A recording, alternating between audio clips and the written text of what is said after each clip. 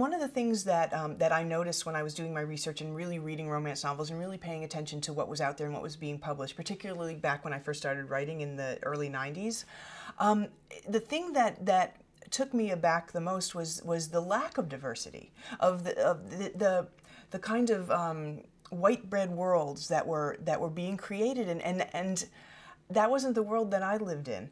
And right from the start, I wanted to, write about a hero named Joe. Not Trace or Chance or you have. I don't mean to mock, because there's a definite readership for that, and that's wonderful. And that's the beauty of being a romance writer. There's so many subgenres. There's something for everyone. But that wasn't what I wanted to write. I wanted to write about Joe and Stan and Kenny and guys with real American sounding last names, Joe Catalinato, Tom Paletti,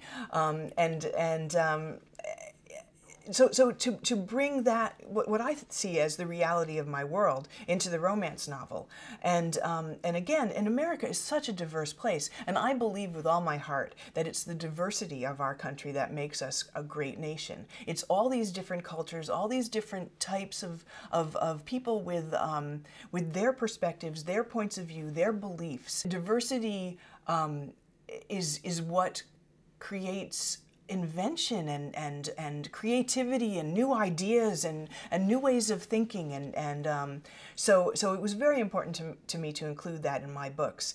And I feel like, if I can, as a, here I am, I grew, Susie, I grew up, little blonde-haired Susie, and if I can write about men, then I can write about black men. And if I can, if I can write about a woman who's a police officer, and I'm like the anti-police officer. I mean, like, really, I'm, like I said, I'm a wimp, and I so admire people who aren't wimps. But if I can get into her mind and write about her, then I can write about a former police officer who is of Asian descent. I just need to do my research and find out how differently did we grow up? Because America, again, because of the diversity, there are people that are really different from me living in this country and who are as American as I am. And I want to find out about them. I want to know what they're thinking, and I do a lot of research and reading and really feel like it's important to bring this into the story. But really, it's no different than just writing about another Susie who may have been raised in Connecticut, because she's not me either. So she's not me, and Harvard's not me, but yet I try to think like her so that I can tell the story from her point of view, because that's what writing is all about. It's about